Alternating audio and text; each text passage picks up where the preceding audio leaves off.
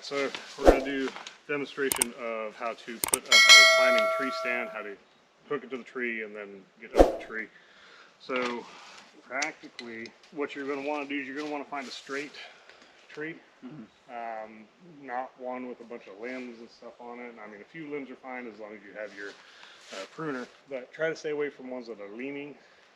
For one, it's uncomfortable, and two, it's safe. Good thing to do is try to find one that has a good back cover.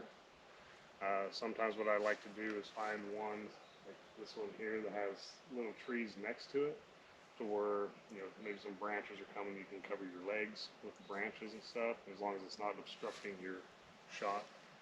You can go, I probably wouldn't go any thinner than this, any smaller. You can go a little bit bigger than this one. This is actually kind of perfect size in my opinion. If you're setting a stand like the one we have over there, you're going to want a little bit bigger one. It hides you better. But it's hard to get up the fatter trees with climber. Alright, so this one right here, this is a lone wolf climber. I like this one. It's light, it's compact, and it's easy to maneuver with the straps here. And this, so there's been times where I've climbed up a tree and had a branch, but I really wanted to go in that tree. So I took this, unstrapped it, and then put it back in and went above the branch. Not the safest thing to do, right? But it works in a pinch. So what you're going to want to do, you're going to want to take your top platform of your seat first, then you're going to take this and you're going to slide this through that. And most trees get skinnier as they go, so I generally do a little bit of a tilt on it to start off with, because once you get up, it'll start to level out.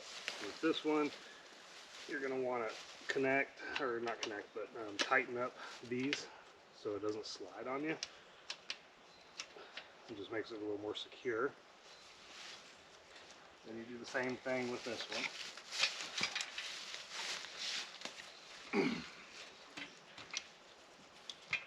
And I try to get as low as I can with this. And this one, I generally do a little bit more of a slope, just so I have a little bit of a footrest when I get up there.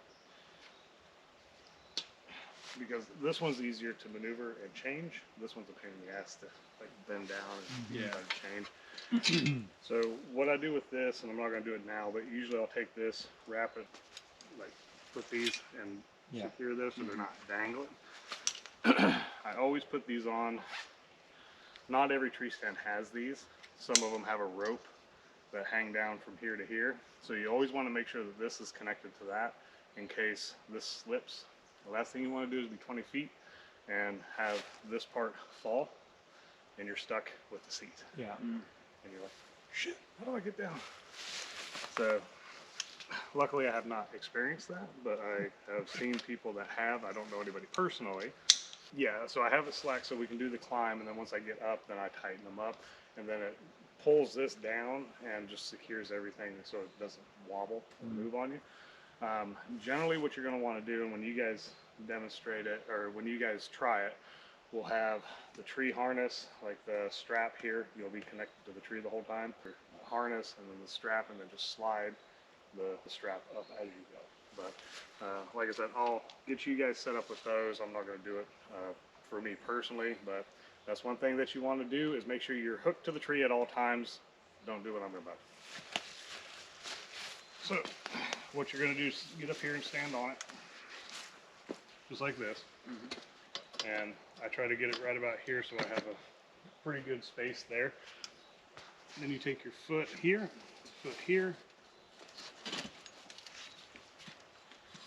and then you just continue to climb.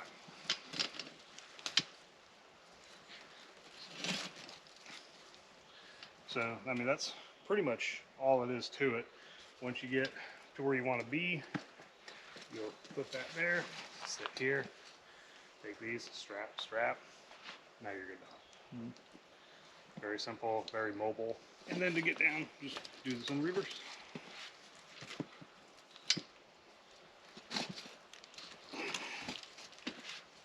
Getting down is a little bit quicker than getting up.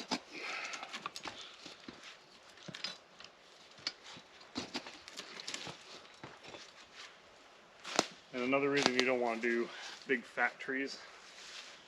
You're going to struggle. You're going to get snagged or get caught, and by the time you get up there, you're dripping sweat. Exhausted.